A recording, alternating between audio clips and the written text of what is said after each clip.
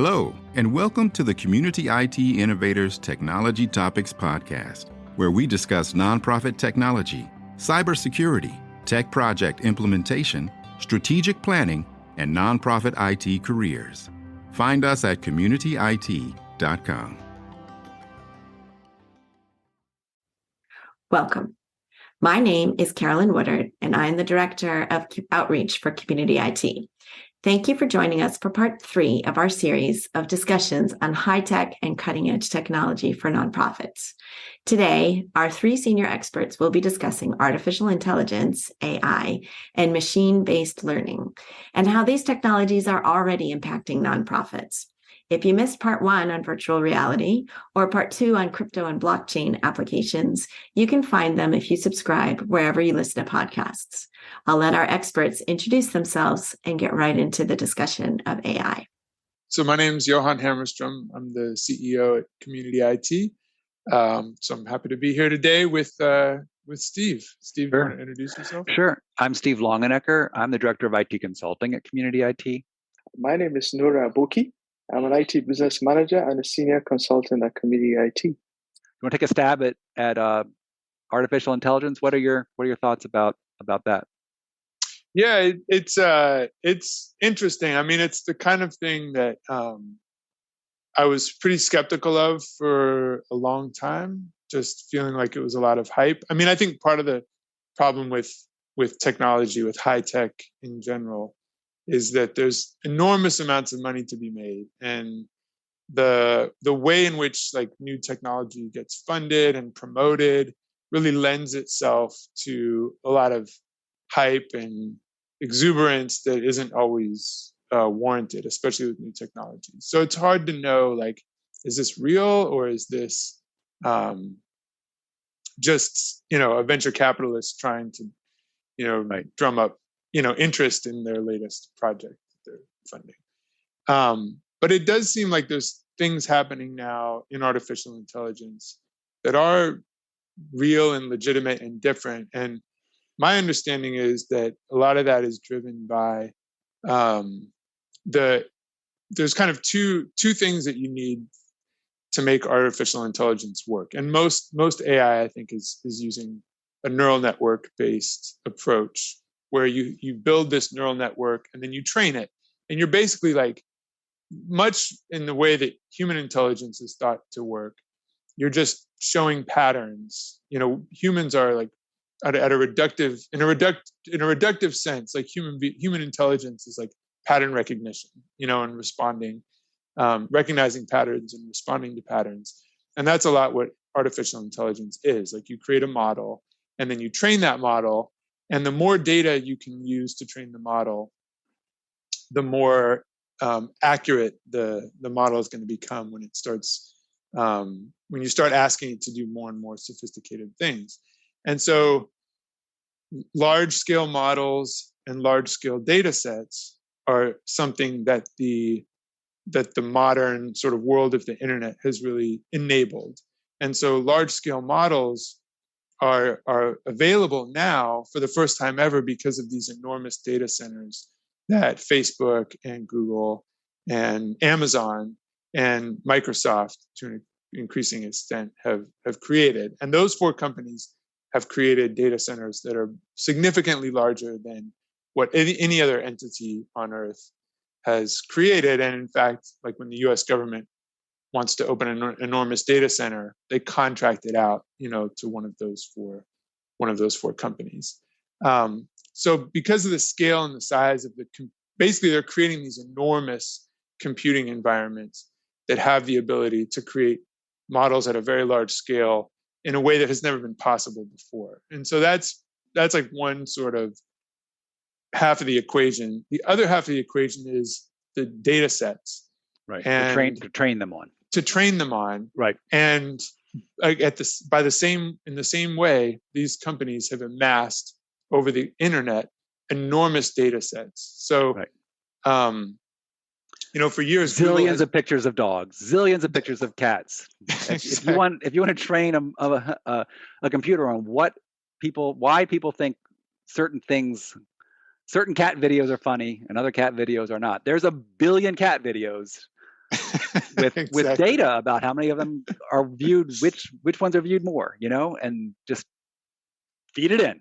That's exactly right. That's exactly right. I mean, that's what TikTok is to a large extent. It's an algorithm that is proprietary, so none of us know how that algorithm works, but the algorithm is being trained supposedly on the behavior of millions and millions of people sort of interacting with that product, and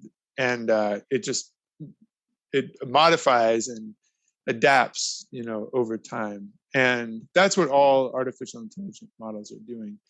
But we've all, just using Google search is using artificial intelligence.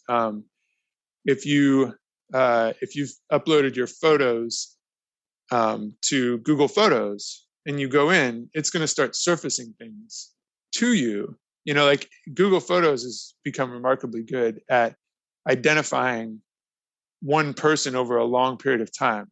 And I know this because I have kids, and my kids have friends, and their photos are in the Google Photos account. And it always amazes me how well Google can sort of identify the same person over many, many, many years, which you think that's something only human, that's like an aspect of human intelligence in some ways, to visually, be able to identify. And machines are now, gaining that capability. I think about some of the auto completion that, like, if you open an email, you start writing an email, Outlook will automatically start finishing your sentences for you. And for a long time, it was terrible. It seems to have gotten better. I don't know. That may be like a boiling the frog situation where you don't really realize it, but one day you start to type an email and you realize, wow, Outlook is better at this than I am. That may be where we're headed. Yeah. Well, we're well aware, or not, maybe we're not. It's worth telling folks that are listening that right now you can have there are publicly available. I don't think they're necessarily that they're free, but I don't think they're expensive. You can get computer generated images. So you can say, go to this.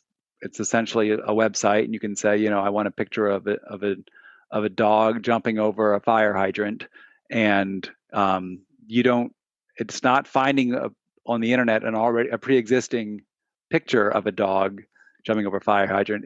It knows what the word dog means. The algorithm, or whatever it is, the artificial AI knows what the word dog means, or what it has meant in the past, and it knows what a fire hydrant is, and it shows you that. It gives you a almost like a photograph like image of that, and then you could probably say, no, I wanted a small yellow dog, not a Great Dane or whatever, and then and it would adjust all that. You can get text. Text is often the leading on these things because there's so much text to train with. But you can get things to be written up based on you give it maybe a couple sentences and it finishes the paragraph for you, so to speak. So those things exist today. They're clearly imperfect. Like there's oftentimes flaws with it, but it's already the case that people who generate that kind of material professionally are feeling threatened by it, and there's a whole like almost a moral dimension to it. Like there's been I wouldn't call them scandals, but there's been outcries that so and so was writing a blog, and they used an image rather than pay a human being for an image.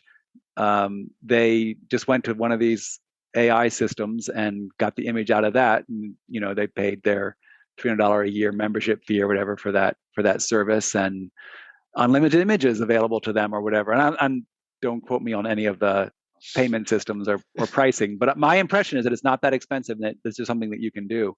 So yeah, I think the idea long term, and I think our experience is that in some ways the nonprofit community is sort of, we talk about leading edge, is like the trailing edge oftentimes, because when it's leading, it's very expensive, and you wait for the market to make things more efficient and less expensive, and that's when nonprofits get interested. But yeah, there should be potentially, things that humans do now, but that are repetitive or that are, like answering the phone. I mean, that's the classic case now, right? Like already, it's not even so much artificial intelligence, but computers have more or less replaced auto attendants and so forth. But they're going to get those auto attendants, or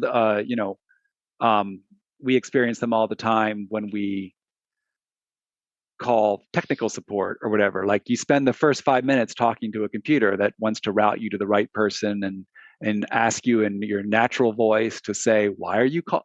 Can you tell me what this call is about? And then what you can say is representative, or whatever. But like, but if you just say, I'm calling because I need help with my copier, it knows, it can understand you. It seems like 9 times out of 10. And it's all kind of amazing. And I think all that's just going to get better. And, it seems impossible now that nonprofits would be, taking donations via artificial intelligence. But at the same time, why not? That will happen. I don't know when it will happen, but that will happen. That you'll call a number and a computer will take your donation, and it will be a good experience, not an irritating one. Yeah. I think. Yeah, there's already like GitHub, which is sort of the leading repository for code, like for developers, people who are writing computer applications will generally a lot of them will store their code in GitHub, which is owned by Microsoft.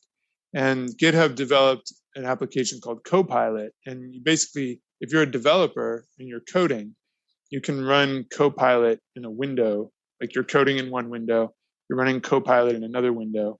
And Copilot is watching what you're doing and making recommendations to you about how to code what you're trying to code.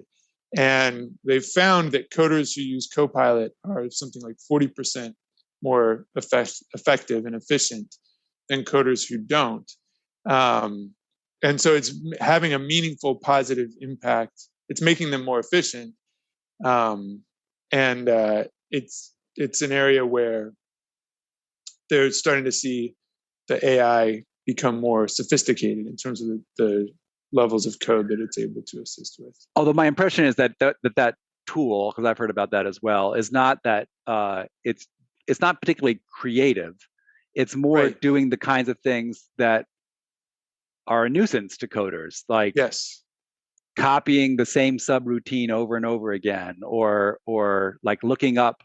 I know that there's that module that all I'm doing is putting in an input in. I want the module to process it and then give me back the input. And I got to look up the name of that module and then check it and make sure it's the one I'm thinking of. And if Copilot just tells you that's the module you want, that just saved you, X seconds or minutes, depending. And it's a little bit like, and this is, I guess, in a sense, artificial intelligence, although I don't know if it would qualify in the, neural network-y kind of a thing. But, I am like a faster composer of text when I'm typing.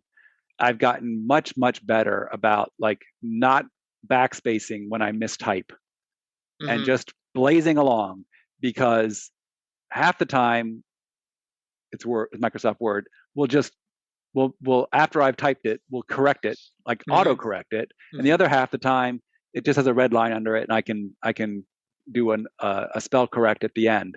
But I'm not like, oh no, that's not spelled right. Back, type it again. Like I can see that, but I just ignore. I just plow through, and the artificial intelligence sort of saves the day at the end. But it's not like I don't know how to spell, and it's not like I don't know how to write.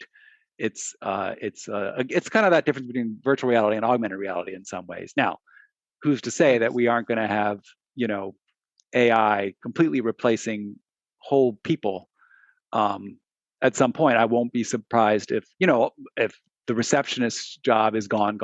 Like that may already be the case largely. But I think a big role for AI in the nearer term is to help people who are doing jobs do them more easily.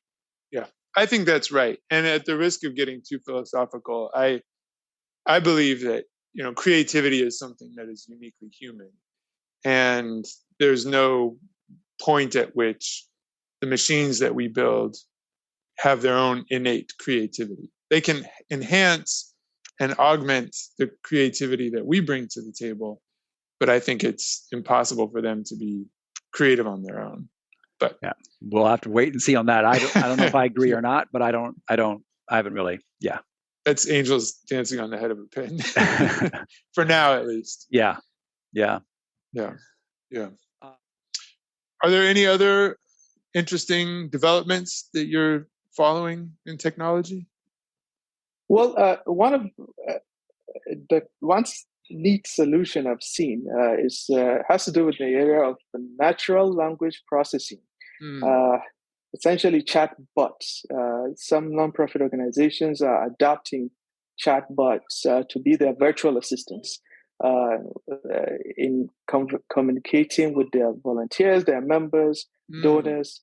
And that technology has really improved to human-like capabilities.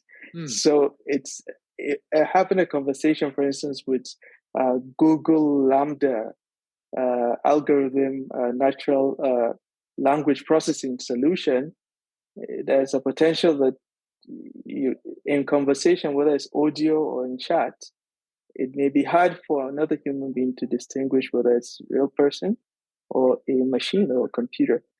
But it's an impressive technology that, if done the right way, can really help a lot of people, a lot of nonprofit organizations expand their reach and really achieve their missions, because it's a sort of partnership that would unlock so much potential for nonprofit organizations.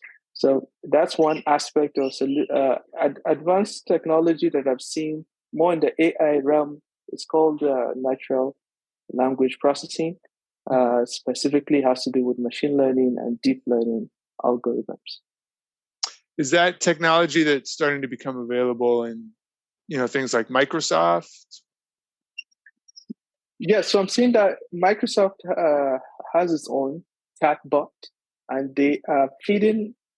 Basically, the chatbot is built using an AI or an artificial intelligence machine learning algorithm. So yes, that is becoming available in Microsoft, is becoming available in some Google products, sometimes providing analytics and data, deep insights to customers and clients. And the technology itself, there's been concern about some ethical use of it as it continues to evolve to be human-like. So as nonprofit organizations are adopting these AI solutions, they are really thinking hard also, or considering the ethical issues related to having this machine learning tool make decisions on their behalf. So that is something that they have to trade carefully. But yes, in terms of utilization of this technology, it's available. Sometimes when you do a chat session with, let's say, one of those large vendors, you're not actually chatting with a human being, but it's one of those AI that is responding to your comments and looking at what they've learned by other reinforcement learning techniques to give you answers that may be suitable for you. Mm-hmm. It's, one of the analogies I've heard is that it's sort of like Clippy, but taken to the next level. Yeah, I think Clippy was sort of the Clippy had kind of like on a superficial level, it was pretending to be AI, but in actuality, like the things that Clippy suggested were never very helpful, and it was kind of annoying, and it was corny, and much derided. Like Clippy sort of was taken out of the office after, I think it was Office 2000 had Clippy, and then they got rid of Clippy. But would you think that in we would start to see more of that in like office applications? Like a digital assistant that would help you when you're putting together a report or a presentation? Yes, and there are digital assistants that will help you write a draft for a grant. Oh, wow. Using this artificial intelligence solutions. And similarly, I think if you are in the US or you're on the internet, you may come across a solution called Grammarly, that reads and corrects your sentence. So in effect, that's just a basic analogy of a solution there that can really take some input about the grant, and they may have already developed a model about a variety of donors in the industry and they will draft a copy of a grant that you may be interested in sharing with your donor, and they will help you edit it to completion before you send it out to your donor. So that is a solution that is currently available actually for testing for nonprofit organizations that are interested in just having their own AI that will help them draft grants. The another aspect to this is I'm seeing that AI solution like this installed on robots, and this particular robot would then help in cleaning the environment. So it will go into a trash can and sort out the recyclable items from the non-recyclable items. So in environments like universities or spaces where we don't really maybe adhere to best practices, this robot can actually go and overnight sort this trash for us and then hand it over. So it's an effective use of the technology to help clean the environment, for instance. So wow, that's what I'm amazing. Seeing. Yeah, that's really what cool. I'm seeing in the industry. Yeah, that's great. Well, and you could imagine that you're talking about physical trash, but when you look at some of the databases, like I think of some of our data sources, I feel like, it'd be great to have a robot go in and like groom the data for us, like clean it out a little bit. Like I know we have some bad data in our, I tried doing that myself and ended up deleting my calendar accidentally. Oh, no. I could have used an AI assistant, I think, in that case. Well, that's fascinating. Yeah. What's the name, Nura, of the grant bot that you were, grant writing assistant, I should say, that you were referring to? Do you remember? We'll put it in the show notes. We'll put it in the show notes. I have it on my mobile device, but I'm going to run off. I don't want to do that now, but we'll put it in the show notes and then share that with you. The website is fundwriter.ai, fundwriter.ai. Well, that's really interesting. I mean, I think the fear, obviously, is that it's going to take jobs, right? Like the fear is that people who are writing grants for a living will end up losing their job to this grant writing assistant, artificially intelligent grant writing assistant. That's the negative view, and there may be some truth to that. I think the positive view is that these artificial intelligent assistants would take on, like the trash sorting example is a much nicer one, because I think that's something that no one really wants to do, and the idea is that these assistants would help with help create greater efficiencies, help in these sorts of tasks that can be very time consuming. Certainly, there is that concern about the loss of jobs, the machines are taking over type of feeling. And I see it as jobs are going to shift. We're going to retool, rescale our workforce. Someone has to build this robot. Someone has to code this AI. Even though the AI these days, they're calling themselves self-learning, reinforcement learning. But in the initial stages, there's still going to be a human being trying to develop the solutions. So one may need to rescale, retool, and I agree there might be some certain losses, but there will be a lot of gains. And if we plan ahead, strategize, we will get ahead of it, whatever risks that may be presented, and be able to resolve issues as they come. All right, I'm going to ask you a couple rapid fire questions here, Nura. I'm going to ask you to look into your crystal ball and just give me your best guess, okay? Because I remember back when the iPad came out in like 2011, 2012, it was sort of the death knell for the laptop, right? Like iPads were going to replace laptops, and it was the end of, the Wintel computer as we knew it.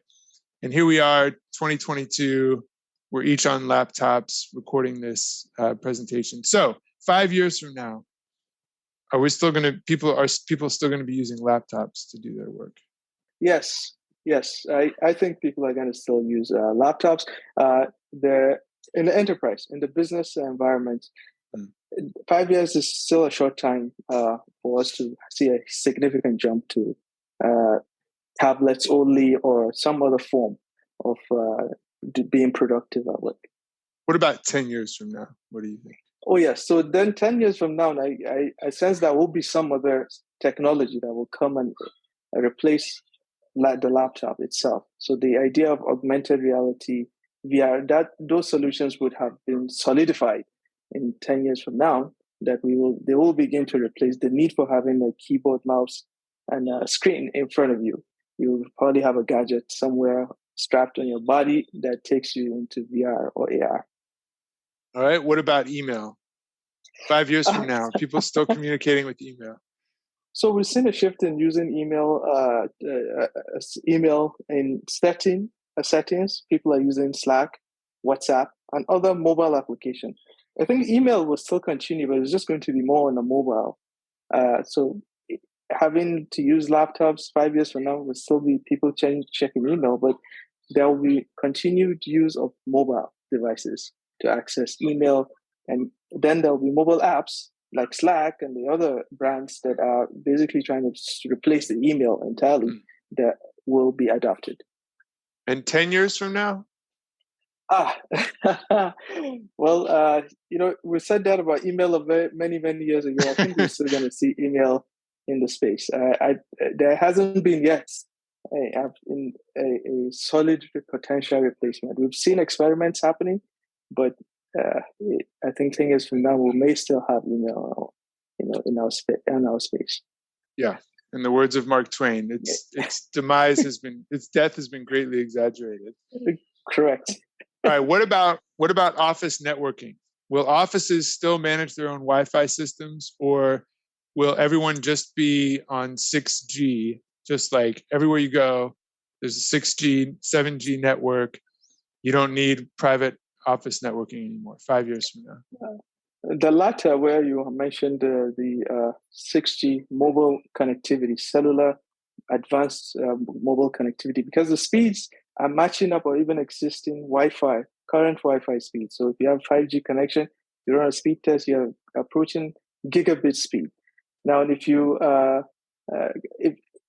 and it gives you flexibility. It's mobile, is available virtually in and out of the office. So there may not be a consistent reason for one to keep building out their Wi-Fi networks.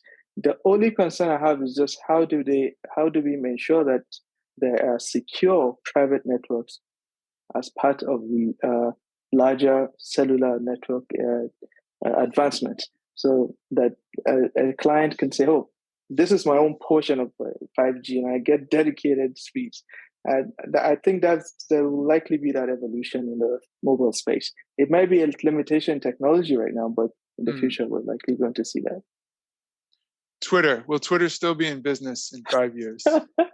Well, it depends on the leader. The leader and the owners of Twitter will make that decision for us. What's your guess? If you had to put money on it. Well, the leader certainly has vision, and I think they're still going to be in business 5 years from now. Will Apple finally figure out how to make the iPad a productive device that can replace someone's laptop fully? I think they've already figured it out. I'm looking through my crystal ball, and they are R&D. They have figured it out. They're just slow to roll it out. I think we are not quite ready for that change, and perhaps it's a business case. They don't have a business reason to make the iPad replace the MacBook lineup. Will Google Workspace, I think I have 1 minute left here. Will Google Workspace make more significant inroads as a business productivity solution compared to Microsoft 365? Or, because I think they probably have like 15-20% of the market right now. Will they increase their market share in that area, or will it remain roughly the same? So in the business space, Microsoft is leading in productivity solutions targeted at the enterprise. So I think they will continue to make investments so they can take some more market share, but I don't know if they will be able to exceed Microsoft's strategic investments. They've all gotten us hooked. So it's very difficult to break that cycle. But the next generation of users are using Google. So that's why I'm not going to rule it out. It's possible that they will gain some share, but I don't see Microsoft falling behind. All right. I was going to ask you whether Peacock and Paramount Plus will still have standalone streaming services in 5 years, but you don't have to answer that. I don't know. I think they may actually know. It's the experiment is going to be over soon. I agree. I do think that, in 2012 there was this, up and coming thing called social, and that it really was well leveraged by a lot of sharp people in the nonprofit space, probably faster than it was adopted by nonprofits more quickly and to good effect. So there are counterexamples of where there are buzzy new things that, by getting online, I didn't mean that, but getting on board, and being an early adopter, not too early. There's no point, having a Facebook page when you were the only nonprofit with a Facebook page, but not waiting too long and being like, yeah, this social, it's too buzzy, I'm going to wait. A lot of nonprofits got a lot of mileage, and obviously now you got to have, if you're a nonprofit that faces the public, you need to have a social presence. That's just like a requirement of it. If that's your mission to sort of be out there in front of the public, you need to have a social presence and someone doing that. So there are counterexamples, but I think you're right. When it comes to blockchain, AI, and artificial, AR, probably wait and see is the best advice for now. But to your point, being aware is also important. Sure. And it's easy to get these things can change on a dime too. Right. One day there was no iPhone, the next day there was an iPhone, and within a few years, everything had changed. Same with social media, same with high-speed internet back in the early 2000s. So while certain technologies take a long time to come to fruition, when they do arrive, the tipping point. It's a tipping point, and it's important to at least be aware of that. And I think if you're a nonprofit, you probably have staff in your organization who are more connected to technology, and younger staff, tend to be more connected to technology. And I think it just is a good reminder of the importance of technology leadership that is, aware at least of what's happening in the world of IT. I guess, it's kind of a recurring theme when it comes to buzzy technology for nonprofits. Don't get into it. Wait till eventually somebody will bring it to you. There's no point in anybody getting into really, really early versions of the internet just for the sake of having it if they weren't actually using it for something productive. Eventually DSL came up and you could get on the internet at an affordable price. Right. I think that makes sense for the topics we've discussed so far. When blockchain is a compelling solution for your nonprofit, you'll know it. In the meantime, leave it alone. Let other people sort it out. And I think that to some extent, I think that's true currently for artificial intelligence and and virtual reality as well. For small nonprofit, especially small nonprofit, but for nonprofits in general, maybe just beware of buzzy new things. Wait for the buzz to go away and for it to become like a more mature product. Thank you for joining us for part 3 of this discussion of nonprofits and high tech. You can find parts 1 and 2 if you subscribe wherever you listen to podcasts, on YouTube or on our website. Get in touch with us on our website to suggest future topics you'd like us to talk about. Community IT does these free webinars and podcasts for our community, and we love sharing our knowledge and experience. If you have more questions or are having trouble with your IT at your nonprofit, please get in touch with us on our website, www.communityit.com, so we can start a conversation or schedule an assessment. Downloading any of our free resources there will get you signed up for our webinar reminders, and you can attend our next webinar in real time and ask our experts your own questions. If you love podcasts, please subscribe and leave us a rating to help others find this leadership resource for nonprofits.